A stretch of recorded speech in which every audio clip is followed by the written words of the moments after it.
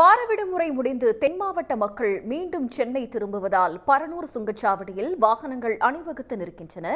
இது தொடர்பான தகவல்களை தருவதற்காக செய்தியாளர் சூரியராஜன் இணைகிறார். சூரியராஜன், சுமார் எத்தனை கிலோமீட்டர் தூரத்திற்கு வாகனங்கள் அணிவகுத்து நிற்கின்றன? இதனால் அந்த பகுதியில் எந்த அளவிற்கு போக்குவரத்து நெரிசல் காணப்படுகிறது?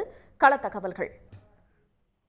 கண்டிப்பாக சனி ஞாயிறு தொடர்ச்சியாக விடுமுறை மற்றும் பௌர்ணமி என்பதன் காரணமாக சென்னையில் இருக்கக்கூடிய மக்கள் வெள்ளி மற்றும் சனி ஆகிய 2 நாட்களுமே சென்னையிலிருந்து மக்கள் தென் மாவட்டத்தை நோக்கியும் அதே போல் திருவண்ணாமலை மாவட்டத்தை நோக்கியும் தொடர்ச்சியாக ஏற்கனவே சென்றிருந்தாங்க.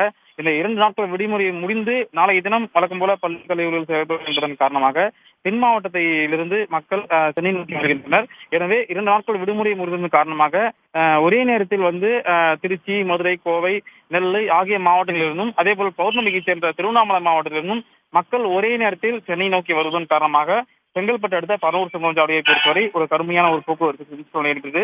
குறிப்பாக இருசக்கர வாகனங்கள், 3 சக்கர வாகனங்கள், கார், பேருந்து, தனியார் பேருந்து, ஆம்னி பேருந்து, கனரக வாகனங்கள் என தொடர்ச்சியாக ஒரே நேரத்தில் அலையால் தென் மாவட்டத்திலிருந்து சென்னை நோக்கி வருவதன் காரணமாக தான் பரனூர் சுங்கச்சாவடி என்பது ஒரு 30 நிமிடங்களுக்கு மேலாக ஒரு கடுமையான போக்குவரத்து ஏற்பட்டுள்ளது. இந்த போக்குவரத்து நெரிசலானது கிட்டத்தட்ட ஒரு 2 கிலோமீட்டர் தூரத்துக்கு வாகனங்கள் அணிவகுத்து நீண்ட வரிசையில் நிற்கக்கூடிய காட்சிகள் அம்மாறு பார்க்க முடியுது.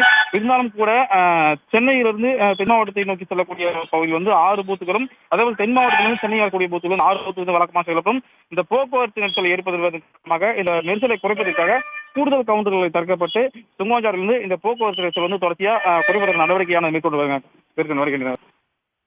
தங்களுடைய விவரங்களுக்கு நன்றி சூரியராஜன். உடனுக்குடன் செய்திகளை தெரிந்து கொள்ள சன் நியூஸ் பெல் ஐகானை கிளிக் பண்ணுங்க.